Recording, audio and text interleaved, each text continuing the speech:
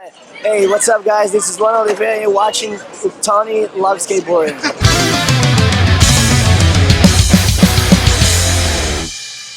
Welcome back, everybody. How is life treating you? I hope that you're doing well. Before I start the video, I want to say thanks to @BobFromBeyond on Instagram for making me that really sick new intro. Go check him out. Go check out his work. I love the intro. I hope you like it too. And that is @BobFromBeyond on Instagram. I also want to apologize in case the audio is not very good today. I recently destroyed my microphone and I'm waiting on a new one. I don't even know if it's working right now. So I hope that I'm actually recording audio right now and not just wasting my time. This week I'm going to do a comparison between an 8.0 board versus an 8.5 versus a bonus board. Because I've noticed that people today have been riding boards on the range of 8 to 5 to even 9, and that's always been on the bigger side to me. Now, when I started skating back in the early 90s, I did have one of those large boards that barely had a nose. Very quickly in the mid 90s, boards got smaller, wheels got smaller. I remember I was riding like a 7.5 or a 7.75, and my dad had come to the US. This is when I still lived in South America.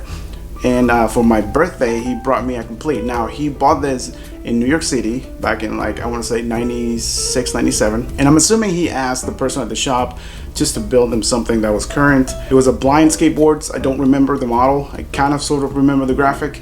It was an 8.0 with 55 millimeter wheels. Now, to me, I remember thinking that that was huge. That was too big for me to skate, or at least for the skating that I was doing at the time. I thought it was going to be too hard to flip. And I think in New York, normally they use little larger boards and bigger wheels because they skate more street than not necessarily at a skate park. That was just kind of what was being used at the moment, and that's what that salesperson sold my dad. So I skated it, and it turned out to be the greatest thing in my life. I never looked back from an 8.0 until to this day. It's been 20 something years. That's all I skate is an 8.0. But then I ran into this deck right here, which is this anti-hero team logo with Thunder Trucks and Spitfire Formula 4 tablets. Now, this board, it wasn't necessarily like this when I bought it. The only difference was that it had mini logo wheels. I think they were like 53 millimeters. This board is 8.5. It's actually, when you measure, it's actually not quite 8.5, not quite 8.38. 32 and 1/8 inches long, and it's got a 14.5 wheelbase. So now the story with this board is there's a pawn shop in town that I like going to because of where it's located. It's next to a school, a college of pretty much technology when it comes to like recording arts, video game creation, things like that. So this pawn shop is full of really cool stuff like recording gear, music gear, and all of those things. So I always like to go there and browse. And then one day I saw this board on the wall. Now this board that day was brand new, completely brand new. It still has stickers on. The trucks has stickers on. The tail, I don't think it had any sort of wear whatsoever. The wheels were still nice, clean, and white. And I saw the price tag of $40. So I went to the counter and I offered $35 to where the guy at the shop said, okay. So I bought this complete for 35 bucks. And then I decided, well, since I have it, I might as well try and skate it, just because I wanted to see what all the fuzz is about. People skating bigger boards. I want to see if I'm able to skate the same, skate worse, better, who knows. So that's why I'm bringing this video to you. Now, the 8.0 board that I'm riding, which is no longer with us, is actually a Habitat Flomertain Pro model. It's actually quite short of a board. It's like a 31, not even 31 and a half, I don't think, inches long. And it's got a 14-inch wheelbase, so it's a pretty tiny board. It took a while to get used to, but it ended up being a real fun board. So let's go check that out. Let's see how I do with my regular 8.0 board.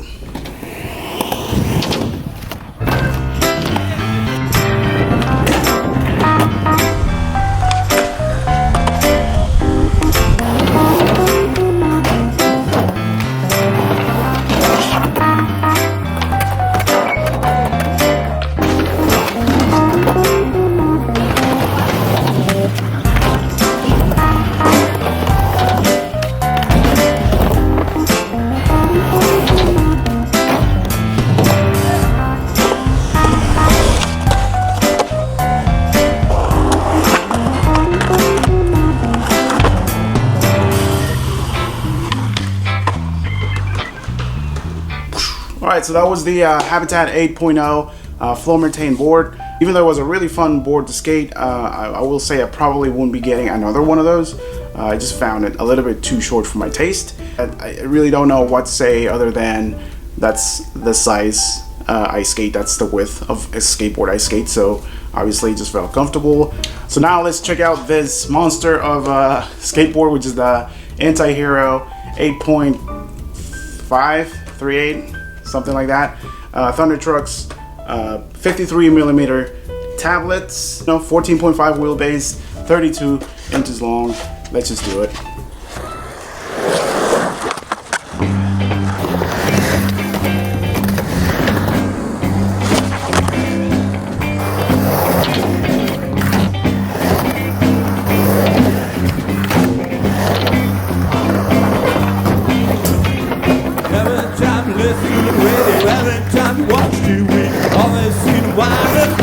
Everyone wanna get them out, wanna get them out, get them out, get them out of here, get them out, get them out, get them out, get them out of here.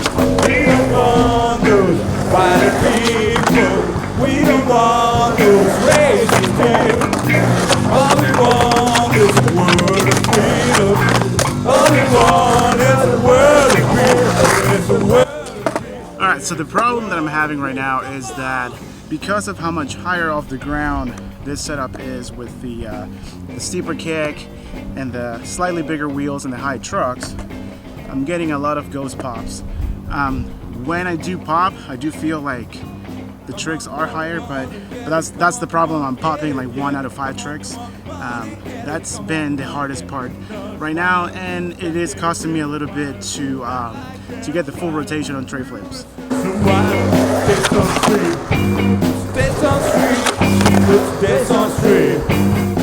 So that was the Anti-Hero 8.5 inches wide, 32 and 1/8 inches long, 14 and a half wheelbase. I will say I'm very surprised on how quickly I was able to adjust to this board. Even though it's a heavier board, once you were skating, it actually did not feel that heavy. Maybe at the very beginning, maybe because it was such a drastic, shocking change at the very beginning, but I got used to it pretty quickly. The one thing I did not like on this particular board is that the nose and the tail, even though they are different lengths, I had a hard time telling which was which. It wasn't until I got a stain on the nose that I was able to tell which one was the tail and the nose all the time.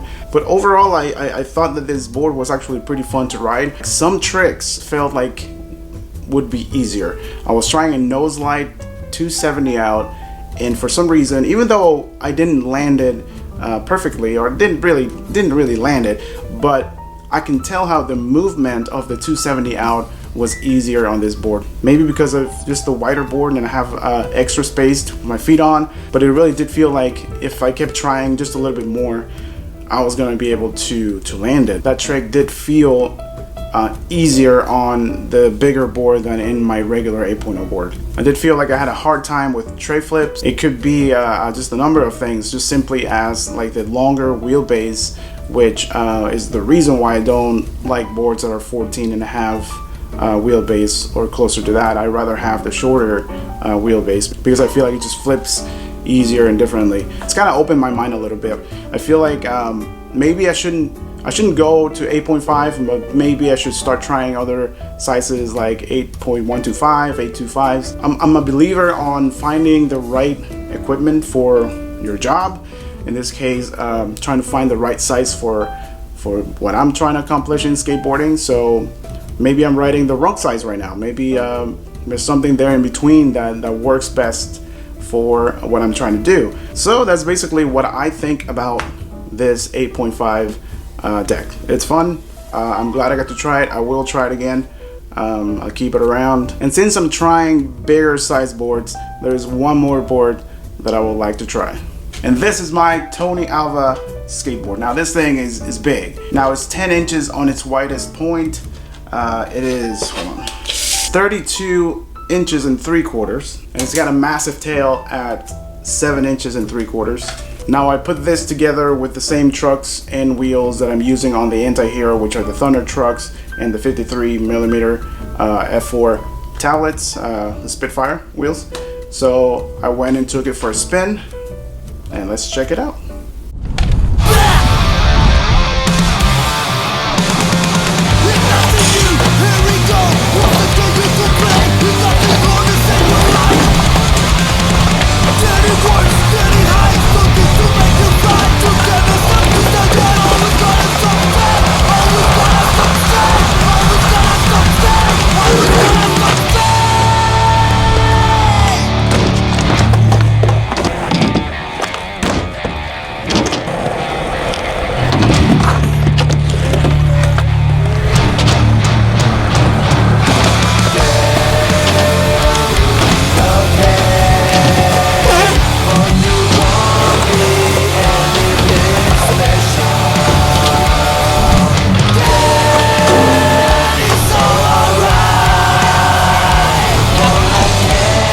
Well, that was interesting. That was certainly fun. Once again, very surprised on how well a board that size handles. One thing I noticed right away, there's no concave. This thing is flat, and that massive tail, it throws you off right away, right at the very beginning. That massive tail just kind of, it's like a whole different world.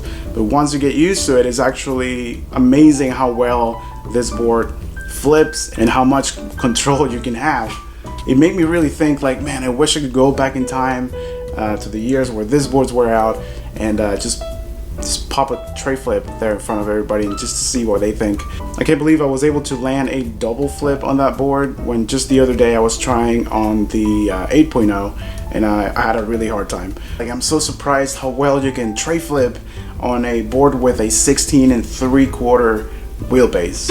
That is amazing. I don't know if it's the fact that it doesn't really have much of a nose and there's just no weight there kind of messing you up. I really don't know. I still believe that there's a right size for everybody depending on what you're trying to accomplish, whether you're a bold rider, a street skater. And I think that people should be open-minded when it comes to finding that sweet spot on your skateboarding. I don't think you should necessarily be attached to trends, because trends are just that, they're just trends. They're just a bunch of people doing the same thing. I think that just because people are skating bigger boards or bigger wheels, it doesn't mean that you have to. I really think that's very important that you go out there and find what's right for you. Well, so that's all I got for you this week. If you like what you're seeing, please subscribe. Or if there's anything specific that you want to see me try, leave it in the comments. Let me know what you're working on. And well, remember to be yourself. Remember to be open-minded. But most importantly, remember to stay young. Peace. I mean, I really hope this microphone recorded all of that stuff, because otherwise that would suck.